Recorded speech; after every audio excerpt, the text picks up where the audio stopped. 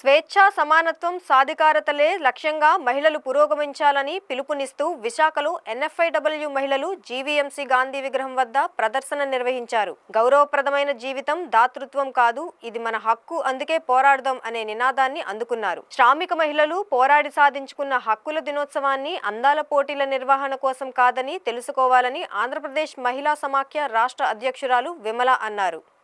విమల ఆంధ్రప్రదేశ్ మహిళా సమాఖ్య రాష్ట్ర అధ్యక్షురాలు. అంతర్జాతీయ మహిళా దినోత్సవం పురస్కరించుకొని రాష్ట్ర వ్యాప్తంగా అన్ని ప్రాంతాల్లో గ్రామాల్లో కూడా పతాకావిష్కరణలు, సభలు, సమావేశాలు పెట్టడం జరుగుతుంది. దాంట్లో భాగంగానే గాంధీ విగ్రహం దగ్గర ఈ కార్యక్రమం చేపట్టడం జరుగుతుంది. గౌరవప్రదమైనటువంటి జీవితం దాతృత్వం కాదు, ఇది మన హక్కు, అందుకే పోరాడదాం అనేటువంటి నినాదంతో ఈరోజు కార్యక్రమం తీసుకుంటున్నారు. రాజ్యాంగం కొన్ని మహిళలకు హక్కులు కల్పించింది. స్వేచ్ఛ, సమానత్వం, సాధికారత ఇవన్నీ కూడా ఉల్లంఘించబడుతున్నాయి. ఏ హక్కుల కోసం అయితే శ్రామిక మహిళలు 100 ఏళ్ల కిందట పోరాటం చేశారో హక్కులన్నీ కూడా నేడు ఉల్లంఘించబడుతున్నాయి. 1910 డెన్మార్క్ రాజధాని కోపెన్హెగన్లో పరిశ్రమలో పనిచేస్తున్నటువంటి వేలాది మంది మహిళలు వాళ్ళ మెరుగైనటువంటి జీవితం కోసం, 8 గంటల పనిదినం కోసం, వేతనాల పెంపు కోసం, సమానత్వం కోసం, ఓటు హక్కు కోసం పెద్ద ఎత్తున క్లారా జెట్కిన్ నాయకత్వంలో ఆ రోజే పెద్ద ఎత్తున వీధుల్లో సభలు, సమావేశాలు నిర్వహించి ఒక దీర్ఘకాలిక పోరాటం చేశారు. ఐక్యరాజ్య సమితి కూడా దాన్ని గుర్తించింది.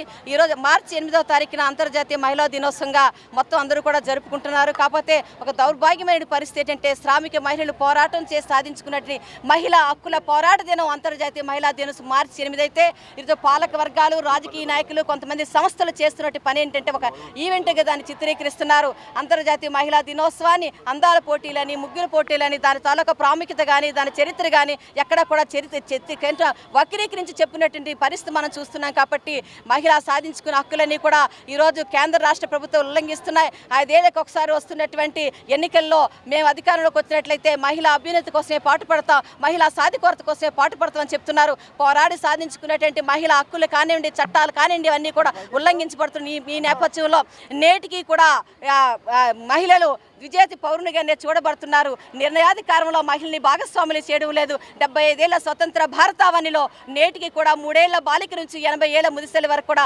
అత్యాచారాలకు ఎగబడుతున్న ఈ నేపథ్యంలో ఏవి మా హక్కులు, పోరాడి సాధించుకున్న మా హక్కులు ఏమైపోతున్నాయి? ఈరోజు మహిళని కేవలం ఓటు బ్యాంక్ అనే చూస్తున్నా తప్పించి మహిళా సాధికారత వైపు ఎవరు కూడా ఆలోచించట్లేదు. పితృస్వామ్య వ్యవస్థ వచ్చిన దగ్గర నుంచి కూడా ఆడవాళ్ళు వంటింటికే మళ్ళీ ఉండాలని తిరోగమనం వైపు తీసుకెళ్తున్నారు.